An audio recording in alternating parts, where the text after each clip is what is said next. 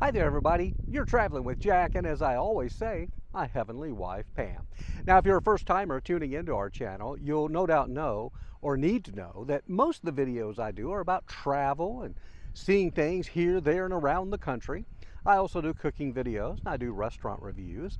And then I was doing a good bit of grief support videos due to the loss of my sweet Pam, but those have now moved over to my podcast primarily. But every now and then, though, I have just a random subject that comes up. This is one I've talked about before, and I'm going to talk about it again because it's really starting to bug me. And I need you folks, if you find this interesting, to please share it with others, because this message needs to be sent around the country and around the world. It has to do with this behind me, the church. My last name is Church. Pam and I have always been heavily involved in church. You've heard me talk about some of the challenges of now being a single guy and finding a new church home after moving across the country. I won't belabor that point.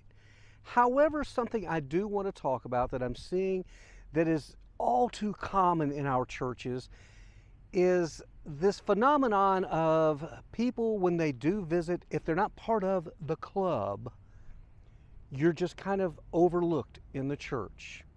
Now, some of you are in a church right now going, oh no, not in our church. That doesn't happen here, not with us. And there'll be those of you who are going, well, Jack, you need to try a smaller church. It'll be easier to get involved and get to know people. No, it shouldn't be that way. Now, here's my deal. I've been in the Nashville area now for 3 going on 4 months. I have visited one church 4 times. I visited another church 3 times, and I visited another church twice. I'm not going to count the time I visited with my son and his wife at their church. That doesn't count. I knew them, okay? Fine. I'm trying to find my place now.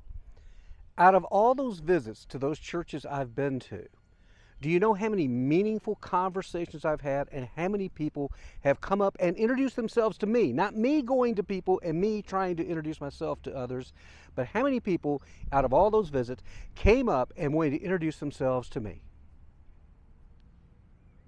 0. That's right, 0. That, my friends, is sad. Case in point, yesterday I attended a college baseball game. A college baseball game, not a church. At that college baseball game, I met and talked to 5 different people. And I had 2 very meaningful, extended conversations at a baseball game. And those meaningful conversations didn't circulate around baseball. We talked about some deep issues. That was at a baseball game. People were open and accepting and wanting to talk with me at a baseball game. At church, no. Now, I see people talking and meeting. I think what's happened is our churches have become like the big mega stores. You walk in the big mega stores and they have everything to offer. They're very attractive. You like going there. You get what you need and you leave. However, one of the frustrations in going in the big mega stores is trying to find somebody to talk to and help you. And oftentimes you may revert back to that little local hardware store where you get some customer service. Now that gets back to saying, well, go to a small church. Well, the point being, there aren't a lot of small churches left anymore. They've all gone the big scale size here. Now, granted, you're probably going to say, well, you know, a lot of people, they just want to be left alone. Fine. They'll let you know. But what about those of us who don't want to be left alone? And I'm not alone on this. I talk to people every week who've given up on church for that very reason, that they feel lost when they're there, that nobody reaches out and talks to them. I've got to say, my sweet bride Pam and I, we were good at spotting visitors, and we would go over and introduce ourselves and talk to them. We did that consistently. And my wife's family was pretty good about that. Yeah, it was a pastor's family. Some people have the gift of that. Now, you would think in some of these big churches, people would there'd be a few out there who want to reach out, wouldn't they? Now, here's your other thing. You're going to go, oh, but it's embarrassing to go up and say, hi, are you visiting? And then they go, no, we're a member here.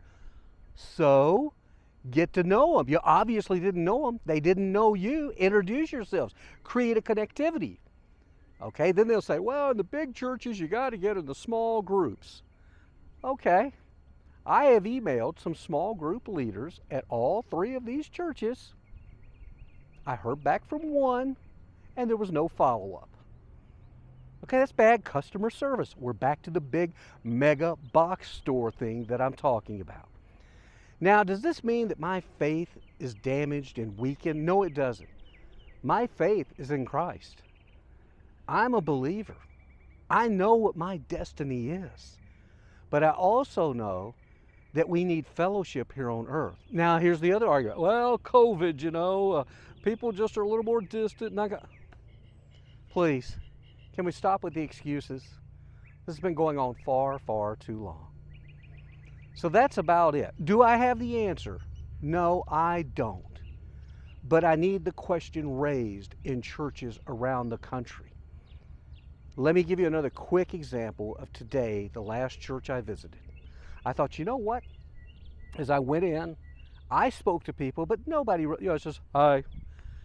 That's about it. Nothing beyond that. Nothing very deep. Nobody said, hey, are you new here? And it would have been fine if I said, no, I've been coming for a couple of years. I'm sorry, I don't think we've met. Or maybe they said, hey, are you visiting? I go, well, yes, I am. Well, where are you visiting from? There you go. We've got a conversation going, don't we? It's not that hard, people. It's really not that hard, okay? So today I thought, you know what I'm going to do? When the service ends, I'm just going to remain seated and see if anybody comes over and speaks to me. So I remained seated. People filed out. And then throughout the sanctuary, though, people were milling about, chatting with one another. Couples and families who obviously knew each other. They're chatting. I'm sitting there by myself in the pew, not the pew, it's seats now. Not a lot of churches have pews. I'm sitting there thinking, okay, somebody's going to come up. Yeah, who's it going to be? Who's going to be the lucky person that gets to meet me and I get to meet them? Another goose egg, nobody. So I then go out to the parking lot. There's a few people milling around, and I kind of mill around my car, just kind of standing there thinking, maybe somebody will say hi. Nope, 0. Friends, it's not just one church, it's not just 2 churches. This is across the nation a problem in our local churches. There are going to be a lot of you angered by this, going, nope, not at our church. No way, doesn't happen. Get out there and start visiting a little bit. Then tell me what you find out. I'm talking to people. I'm hearing this story over and over again. Am I angry? No. I'm just disappointed. I'm disappointed that God's people can't get this figured out. We've become the SuperStores now, the churches have. We forgot about customer service and reaching others. If you agree with this, please share this video. Let's see if we can get the conversation started. Let's see if we can get people connected again. Let's see if we can break through these walls and break through these barriers, okay? That's about it. Hey, I'm sorry if I upset any of you. I apologize. I'm sorry. Everybody's never going to agree on everything, okay? That's it.